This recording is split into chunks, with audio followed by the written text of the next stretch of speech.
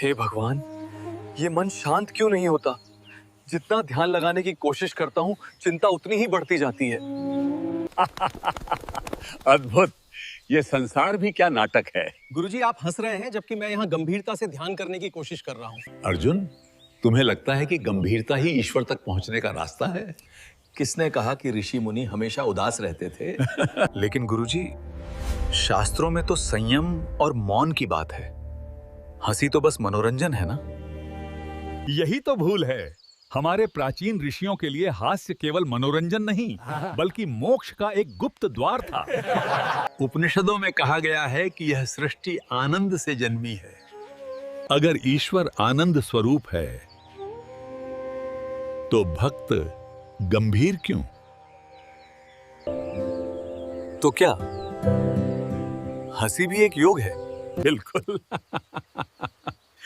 जब तुम नाभि से हंसते हो तो वो अहंकार को तोड़ देती है। एक अहंकारी व्यक्ति कभी खुलकर नहीं हंस सकता। याद है ऋषि अष्टावक्र? जब वे राजा जनक की सभा में गए और विद्वान उनके टेढ़े शरीर पर हंसे, तो अष्टावक्र उनसे भी जोर से हंसे। मैं हंस रहा हूं क्योंकि मुझे लगा यहां ज्ञानी बैठे हैं। पर यहां तो सिर्फ चमड़े के पारखी बैठे हैं। उनकी हंसी ने सबका ज्ञान चक्षु खोल दिया। मतलब उनकी हंसी ने सच का आईना दिखा दिया। हंसी वैराग्य है अर्जुन। जब तुम अपनी परेशानियों पर हंसना सीख जाते हो तो तुम उनसे बड़े हो जाते हो। आजकल की तनाव भरी जिंदगी में क्या यह संभव है? Office, deadlines. तभी तो इसकी सबसे ज्यादा जरूरत है। ये दैवीय चिकित्सा है। तनाव तुम्हारा शत्रु है और हंसी तुम्हारा अस्त्र। अब मेरे साथ करो।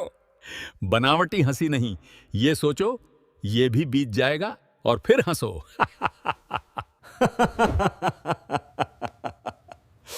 गुरुजी, ये अजीब है, पर मुझे हल्का महसूस हो रहा है। देखो, तुम्हारा मन शांत हो गया ना? हंसी के बाद जो सन्नाटा आता है, वही असली ध्यान है। मैंने कभी नहीं सोचा था कि ऋषियों का ज्ञान इतना आनंदमय हो सकता है। जीवन को लीला समझो। जब तुम हंसते हुए जीते हो, तो तुम प्रार्थना कर रहे हो।